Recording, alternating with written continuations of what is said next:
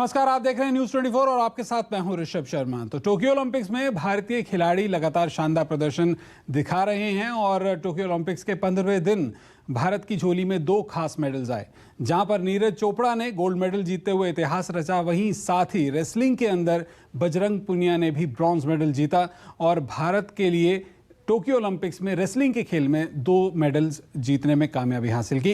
हमारे साथ इस वक्त सीधा टोक्यो से बजरंग पुनिया और उनके कोच अनिल मान जुड़ चुके हैं। बजरंग, बहुत बहुत स्वागत है आपका। धन्यवाद भाई। और कोच साहब आपको भी थैंक यू जी, थैंक यू। बजरंग, सबसे पहले मैं कुछ सवाल पूछूं उससे पहले एक बार हमारे दर्शकों को मेडल दिखा दीजिए, क्योंकि ये मेडल जो है आज सबसे कीमती चीज़ है। और यही पूछूंगा कि ये मेडल जो है इसके लिए एक खिलाड़ी जो होता है बहुत मेहनत करता है। अक्सर खिलाड़ी खेलते रह जाते हैं, करियर खत्म हो जाते हैं, मेडल छूने को नहीं मिलता। आपने ना सिर्फ जीता है बल्कि शान से जीता है, तो ख्वाब पूरा हुआ? देखिए, धन्यवाद आपका शुभकामनाओं के लिए। और ख्वाब पूरा नहीं हुआ, ख्वाब पूरा करने के लिए और मेहनत करेंगे। 3 साल बचे हैं अभी पेरिस के लिए, क्योंकि जो देशवासी उम्मीद लगा रहे थे वो गोल्ड की लगा रहे थे, तो वो नहीं हो पाया पूरा। तो उसमें कोशिश करेंगे कि भाई 2024 में हम और ज़्यादा मेहनत करें। जो हमारी चाहे इंजरी के कारण लगा लीजिए या कोई मेहनत में कमी रहेगी उसके कारण लगा लीजिए, हम कोशिश करेंगे 3 साल बाद उस चीज़ को पूरा करें। बजरंग, आपने बात तो सही कही कि इंजरी की वजह से, और आज जब आपकी बाउट शुरू हुई उसके बाद में हिंदुस्तान में लोगों ने आपकी जीत पर जश्न मनाया। और मैं आपको बता सकता हूं कि जितने भी लोगों ने आपकी बाउट देखी, आपकी जीत को उन्होंने एंजॉय किया, उनके मुंह से सिर्फ एक बात निकली कि बजरंग आज घायल शेर की तरह लड़ा है। देखिए, बिल्कुल। आज बस मैट पे चढ़ने से पहले जब बाउट स्टार्ट हुई तो मेरे कोचेज थे, फेडरेशन के अध्यक्ष थे, सेक्रेटरी थे, तो उन्होंने आगे बोला कि भाई आपके मतलब एक हमारे लिए बहुत इम्पोर्टेंट बाउट है और ये बाउट हमें जीतनी है, प्रेशर मत लेना, बिल्कुल भी फ्रेश माइंड होके खेलना है।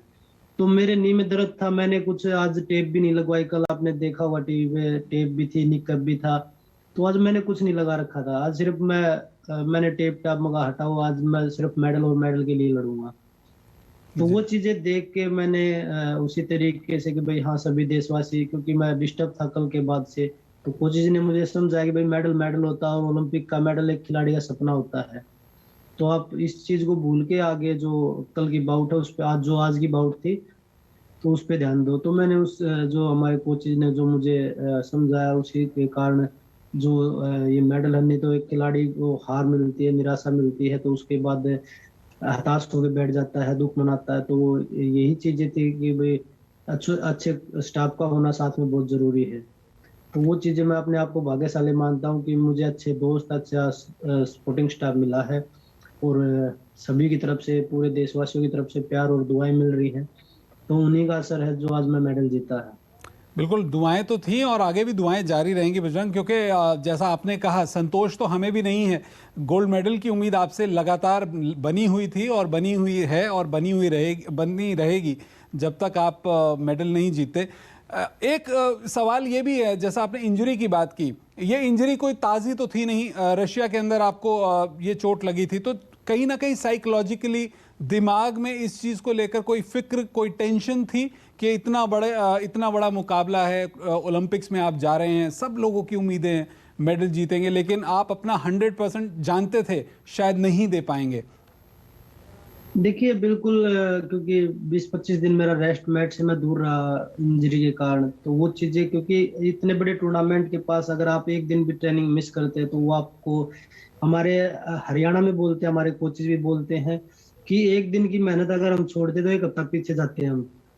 तो मैंने तो 20 से 25 दिन बिल्कुल मैट के पास भी नहीं गया मैं, इंजरी के कारण। मैंने हाथों की ट्रेनिंग करी बस, क्योंकि वो मूवमेंट, कल आपने बाउट देखी, तीनों बाउट देखी, उसमें मूवमेंट बिल्कुल भी नहीं थे। तो वही चीजें थी। मैं आज यही बोल के गया था कि अब अगर मेडल नहीं जीते तो फिर लैग का करना क्या है, अगर, क्योंकि सभी देशवासी मेडल की आस में बैठे हैं। तो मगर टूट जाएगा, इससे ज्यादा तो कुछ होगा नहीं। तो इसलिए मैंने आज कुछ टेप भी नहीं लगवाया, कुछ भी नहीं करवाया। तो इसीलिए मैंने, जो कोचेज ने बोला, तो मैं उसी तरीके से लड़ा जैसे मैं पहले कुश्ती लड़ता था। तो उस चीज के बारे में मैंने नहीं सोचा कि भाई मेरे लेग का क्या होगा, या मैंने इतने दिन ट्रेनिंग नहीं की उसका क्या होगा। मैंने सिर्फ मेडल और मेडल के बारे में सोचा कि भाई ये बाउट मैंने जीतनी ही जीतनी है। और हमारे साथ बजरंग के कोच अनिल मान साहब भी हैं। मान साहब, जिस तरह की रेसलर्स ने परफॉर्मेंस लगातार दिखाई है 2008 से, हमने देखा 2008 के अंदर सुशील कुमार जो हैं उन्होंने पहला मेडल जीता रेसलिंग में, फिर 2012 में उन्होंने सिल्वर मेडल जीता, अपने ब्रॉन्ज को सिल्वर में कन्वर्ट किया। 2016 के अंदर साक्षी रेसलिंग से मेडल लेकर आई। इस बार जो है रवि दहिया मेडल लेकर आए पहले, और फिर अब बजरंग ने भारत का नाम रोशन किया रेसलिंग से। तो कह सकते हैं कि रेसलिंग जो है वो दमखम तो दिखा ही रही है, और जो भारतीय रेसलर्स का दबदबा है वो वर्ल्ड लेवल पर लगातार कायम है। बिल्कुल जी, हमारे रेसलर जो हैं, जो अभी आपने देखा बजरंग की कल फाइट देखी होगी, कैसे एक घायल शेर की तरह उस पर टूट के पड़ा है। और आज जैसे आज इसने मेडल जीता है, आज जिस तरह से लड़ा कुश्ती। और आपने अभी देखा हमारा विश्व चैंपियन हो रखी थी वर्ल्ड कैडेट की, उसमें भी हमारी चैंपियनशिप जीती है भारत ने।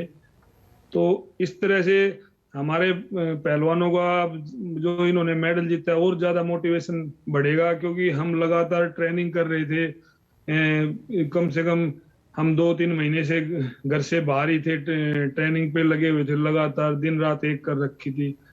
जैसा कि लास्ट मोमेंट पे नी में इंजरी आ गई बजरंग के, तो उस टाइम हम काफी मतलब परेशान हुए। फिर हमारी जो फेडरेशन है उन्होंने तुरंत जो है उनका अरेंज किया, जो भी स्टाफ वगैरह का था वहां पर, उसको ट्रीटमेंट बहुत अच्छा मिला जी। तो उसी के हिसाब से इतना ये आज इतना अच्छा खेला।